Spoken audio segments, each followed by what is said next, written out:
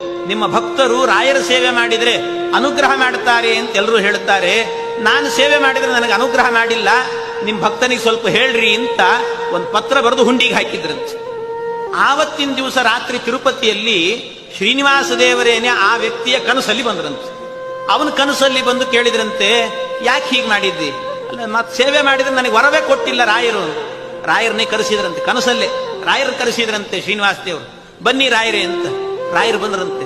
ಯಾಕೆ ಇವನಿಗೆ ಅನುಗ್ರಹ ಮಾಡಿಲ್ಲ ನೀವು ಅಂತ ಕೇಳಿದ್ರಂತೆ.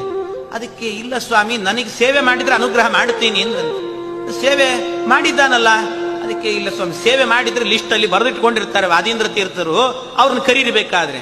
ವಾದೀಂದ್ರ ತೀರ್ಥರು ಬಂದ್ರಂತೆ. ವಾದೀಂದ್ರ ತೀರ್ಥರನ್ನ ಕೇಳಿದ್ರಂತೆ, ನೋಡಿ ಏನಾದ್ರೂ ಸೇವೆ ಮಾಡಿದ್ದಾನೆ, ಇವನ ಹೆಸರಿದೆಯಾ ನೋಡ್ರಿ ಅಂದ್ರಂತೆ. ಎಲ್ಲಿ ನೋಡಿದ್ರು ಕೂಡ ಆ ಪುಸ್ತಕದಲ್ಲಿ ಎಲ್ಲೂ ಅವನ ಹೆಸರೇ ಇರಲಿಲ್ಲಂತೆ, ಹೆಸರೇ ಇಲ್ಲ. ಅದಕ್ಕೆ ವಾದೀಂದ್ರ ತೀರ್ಥರಿಗೆ ಕೇಳಿದ್ರಂತೆ, ಸೇವೆ ಮಾಡಿದ್ದಾನೋ ಇಲ್ಲೋ? ಮಾಡಿದ್ದಾನೆ, ಹೌದು.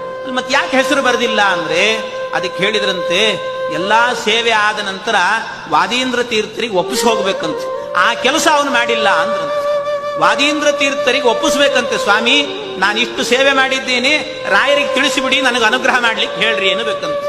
ಅವ್ರಿಗೆ ಅದನ್ನು ಹೇಳಿ ಬಂದಿರಲಿಲ್ಲ, ಆದ್ರಿಂದಾಗಿ ಹಾಗಾಯ್ತಂತೆ. ಆಮೇಲೆ ಪುನಃ ವಾದೀಂದ್ರರಿಗೆ ಹೇಳಿದ್ರಿಂದ ಮತ್ತೆ ರಾಯರ ಅನುಗ್ರಹ ಮಾಡಿದ್ರು ಅಂತ ಹೇಳ